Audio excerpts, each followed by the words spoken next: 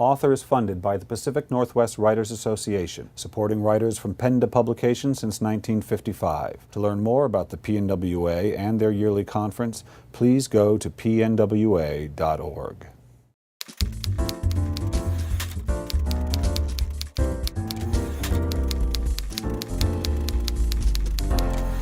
Hi, this is Bill Kenower of Author Magazine, and I'm here at Third Place Books in Lake Forest Park with Jennifer Kogler, author of The Death Catchers. Welcome to Author. Thanks for having me. So, Jennifer, you've got 2 books out this year. Right. The Death Catchers and Siren's Cry. And, as I understand it, you're also attending Stanford Law. I am attending Stanford Law. My question is, when are you going to get a little ambition for yourself, you poor girl? I know, it's hard to, what can I say? I like sitting on the couch. No, I mean, I really wanted to go back to school, and that was one of the primary reasons I went. I always thought I would go to law school, and then I don't say I got sidetracked writing, because it's obviously my first love, but I certainly, was doing that for a little while before I made it to law school.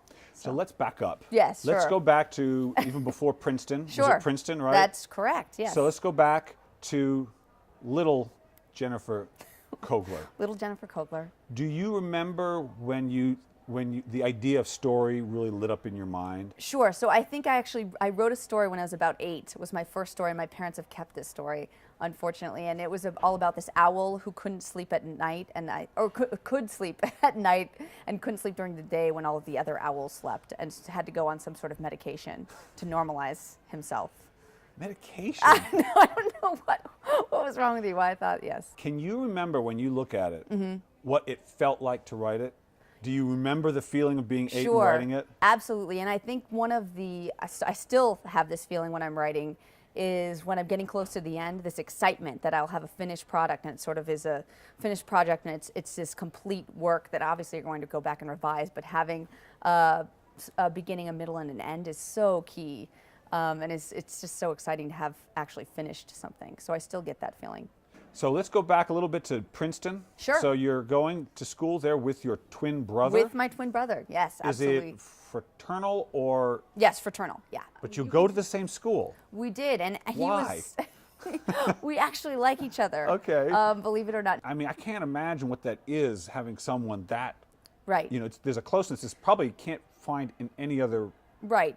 relationship. Sure. Do you think that had any influence on your work, even just that intimacy of communicative intimacy? I definitely think so. I mean, I think it is one of the formative relationships of my life, certainly, and I still talk to him, I still bounce ideas off of him, and he's a very creative, funny person, and I think we were constantly telling stories to each other, even in terms of we had so much shared experience, but the things that we didn't experience, so you sort of have this other person to bounce things off of all the time. Yeah. In a way that I hadn't really thought about it, but I think that's exactly right. But it helps to hear it. Absolutely. And we were very yourself. vocal with each other. I guess Yeah. my mom said we had our own language, which I think is common. Yeah. And sort of I think that carried on throughout our lives. Even today, I still call him all the time. We still talk. So Ruby Tuesday is your senior thesis. Was that the first book-length thing you had ever written? It was. I think the longest thing I had ever written, research papers, maybe 30, 40 pages, but creative fiction, probably, 20 pages was the most. You'd written short stories. Yes, exactly. You're just a kid. 21 is young. Yes, no, absolutely. But you sold it. I did. I was How did that happen? So lucky. My parents knew of someone who knew of someone who knew an agent, and so I sent it to the agency, and my then agent called me up and said he wanted to represent it about a week later. And I had a list of people that I was going to send it to, people that I was talking to, but it was one of the first places I sent it. So it was just unbelievable. And he had pretty good luck selling it. He did. He sent it to 10 publishers, and then I think Harper picked it up, maybe a week or two after that. So, yeah. And then I was waitressing and while waiting for it to come out, and yeah. What was that like? So you're so young, and now you're out. I assume you did some publicity or something. Right. Probably not a lot. Right. I went to some bookstores. I went to Third Place. I remember it was one of my first bookstores that I went to. But no, I didn't do a ton of publicity. I did some talks. I had a hometown How did you feel? signing. Did you feel comfortable, or was it really No, weird? it was actually very strange. I think I had. It's such a grown-up profession. It is. It's a middle-aged profession. It is, almost. and also, you have all of these icons in your mind who you grew up just with so much reverence for, and to sort of be in a bookstore with these people, it was surreal.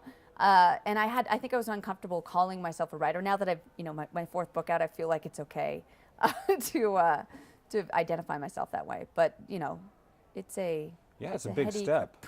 Profession, certainly, yeah. All right, so finish the sentence for me. Okay. If writing has taught me anything, it has taught me what? If writing has taught me anything, I would say if writing has taught me anything, it's taught me to be persistent. Both in a creative sense and just in a career sense. I think it really is about sitting in the chair, not giving up on your story, not giving up on your writing career, whatever it is. I think persistence is really what I've learned. When you think of persistence, because this happens to me, does an image of yourself at a certain point in time in your life appear? Does a moment come to you when you thought, that was when I kind of got persistence? That was that time when I could have done one thing, but I did another. No, certainly. And I think when I was writing my thesis, and I had finished it. This is Ruby Tuesday. Yeah, Ruby Tuesday. I was sitting in my college dorm room, I remember, and I had finished it, and I was thinking, okay, this is done, thank goodness. I had a week left, and I could have turned it in, but I decided that I wanted to tweak a few things, and that was the writer in me. And I am so glad that I did tweak it, because I think my advisor reacted a lot more positively to it, and I think my agent eventually, when I was tweaking it some more. So I think that at that moment I was like, I really love this. I don't want to give up on this. I could, but I think I'm going to keep, I worked right up until the very last moment.